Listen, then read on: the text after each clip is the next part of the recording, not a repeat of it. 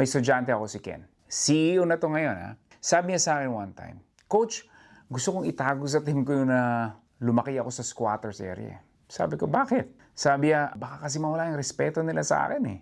Pabiro niyang sinabi. Sabi ko, baka lalong mawala ang respeto nila kapag nalaman nilang tinatago mo. Hindi kapag nalaman nila kung yung pinanggalingan mo. Nakakatawa kasi yung ikinahihiya niya, yun mismo yung dahilan kung bakit siya naging CEO. Lumaki siya ng walang pera, kaya alam niya kung paano mabuhay ng simple.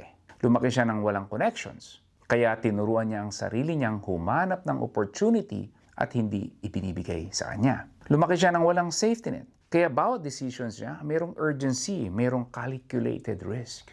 In short, lahat ng skills na nagpa-CEO sa kanya, natutunan niya dahil sa kahirapan.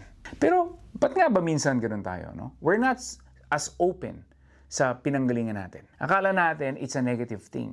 Well, in fact, yun pala ang superpowers natin. Diyan pala tayo kumukuha ng lakas. Tinatago lang natin. Meaning, ang pagiging broke mo, hindi yan kahihiyan. It can be your superpower.